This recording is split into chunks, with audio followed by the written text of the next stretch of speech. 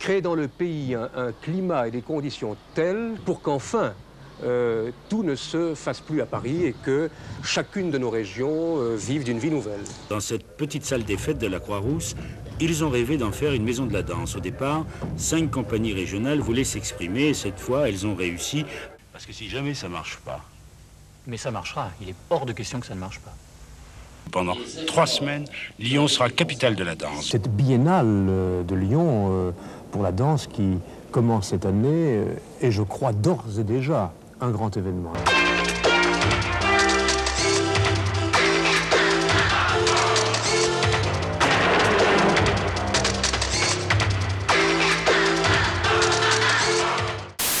Mistral et Tramontane soufflent dans les deux sens sur la cité de béton des Binguettes.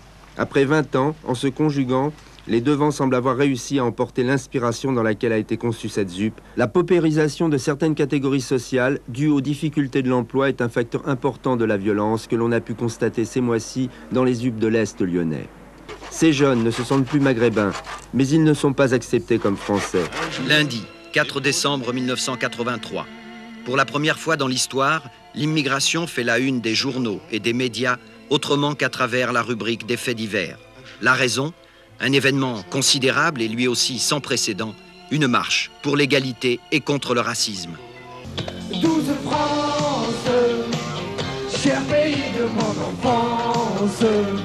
La breakdance, cette nouvelle danse qui fait fureur auprès des jeunes générations avec le smurf. C'est un truc qui va embraser le monde entier. Les danseurs de la compagnie Traction Avant sont passés cette semaine dans les banlieues lyonnaises. Je suis parti déjà du fait qu'ils pratiquaient la breakdance au pied des tours, près de chez eux. Et je me suis dit qu'il y avait là une expression culturelle, mais qui était souvent pas portée au spectacle ou mise en représentation. Vaux-en-Velin, 6 octobre 90, première de 3 journées d'émeute en pleine banlieue lyonnaise. Détonateur, la mort d'un jeune de la cité lors d'un pare-choquage contre une voiture de police. C'est un profond désespoir et ce qui s'est passé ici à Vaux-en-Velin, c'était le seul espoir de se faire entendre. Ces événements posent la question du mal-vivre en milieu urbain. Tour, tombe, tour à tour, voici les Binguettes sous un autre jour. Il ne faut pas oublier que un des aspects essentiels de ces difficultés tient aussi à la rupture d'une identité commune. Et l'identité commune, c'est la culture qui peut la fournir. C'est l'échange des pratiques culturelles.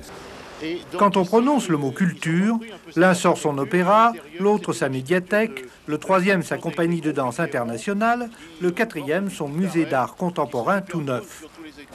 Mais il existe dans la région Rhône-Alpes une autre approche, née des initiatives locales, au plus près des gens, dans les quartiers, les banlieues, les villages, les petites villes.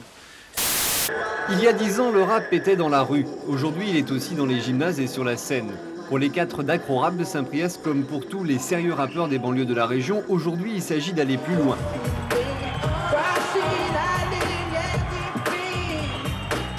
Ah bah là, on arrive, tiens, c'est super. Parce qu'on arrive sur notre podium de quartier. C'était le seul lieu où on était élevé. La danse est en perpétuelle évolution. Elle prend ensuite après des formes différentes, selon aussi après ceux qui la pratiquent, et puis complètement. Le break est fait pour évoluer. Pour changer les choses, c'est super simple. Il n'y a pas 1000 façons. C'est d'ouvrir les théâtres. Samba sur Rhodes maintenant. Hier, dans les rues de Lyon, près de 200 000 personnes ont défilé au rythme des orchestres brésiliens pour l'inauguration de la Biennale de la danse. Il y avait les tambours de Pernambouc, les danseurs de Rio, les figures de carnaval, et puis ceux-là, toute la banlieue de Lyon. Les beurs des quartiers que l'on dit difficiles, tous ceux que l'on range un peu vite chez les casseurs, c'était leur défilé. 3 mois de travail et le rendez-vous de ceux qui ne se croisent jamais. C'est le triomphe du métissage brésilien, c'est le triomphe du métissage aujourd'hui, la possibilité de vivre heureux ensemble, quelles que soient ses cultures et sa couleur de peau. La biennale a tapé juste, classique ou traditionnelle, elle rassemble tout le monde. De la vraie culture populaire, chapeau.